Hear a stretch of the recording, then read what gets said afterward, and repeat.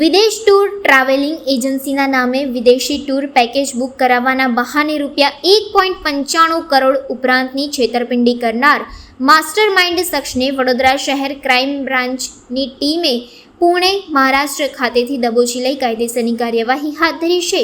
વિદેશી tour package book કરવાના બહાને ઠગાઈ કરતા એક ભેજાબાજને મહારાષ્ટ્રના પુણે ખાતેથી વડોદરા શહેર સાયબર ક્રાઇમ બ્રાન્ચે ઝડપી પાડ્યો છે. સાયબર ક્રાઇમ પોલીસ સ્ટેશનમાં નોંધાવેલી ફરિયાદ મુજબ ફરિયાદી ટ્રાવેલિંગનો ધંધો કરે છે અને તેમને અજાણ્યા ઈમેલ આઈડી તરફથી ટ્રાવેલિંગ એજન્સીમાંથી મેલ આવ્યો હતો અને જણાવ્યું હતું કે તેઓની ઓફિસ અલગ અલગ દેશોમાં કાર્યરત છે.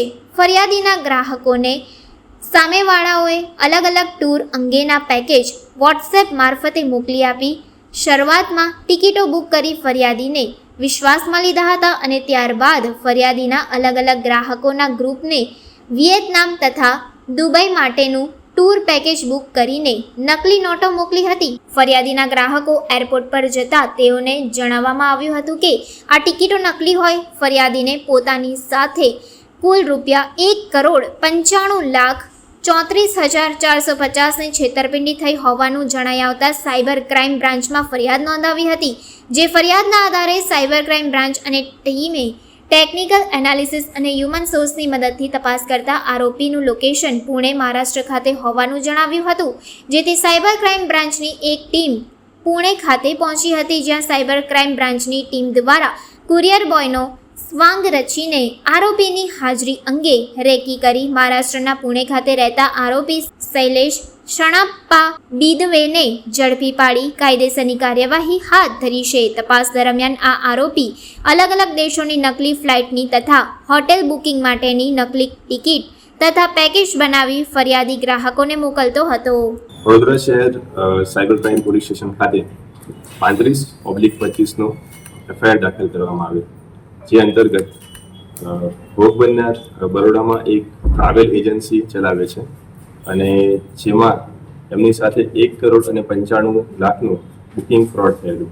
જે અંતર્ગત ભોગ બનનારને વિયેતનામ અને દુબઈના ટૂર પેકેજના નામે 64 લોકોના બુકિંગ કરવા માટે વિવિધ પ્રલોભન આપેલ અને વધુ ડિસ્કાઉન્ટ અને વધુ કમિશનની લાલચ આપીને તેમની સાથે આ ફ્રોડ કરવામાં આવેલ.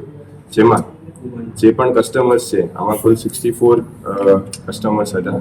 એમાંથી અમુક લોકો જ્યારે અમદાવાદ એરપોર્ટ ઉપર પહોંચે છે અને ત્યારે એમને ખ્યાલ આવે છે કે એમની આ ટાઈપની કોઈ ટિકિટ બુકિંગ થઈ નથી, ત્યારે તેઓ કમ્પ્લેન કરે છે જે ટૂર એજન્સીવાળા છે એમની પિકાડેલી ટૂર્સ કરીને વડોદરામાં એમની એજન્સી છે અને ત્યારબાદ આ ફરિયાદ દાખલ કરવામાં આવે છે.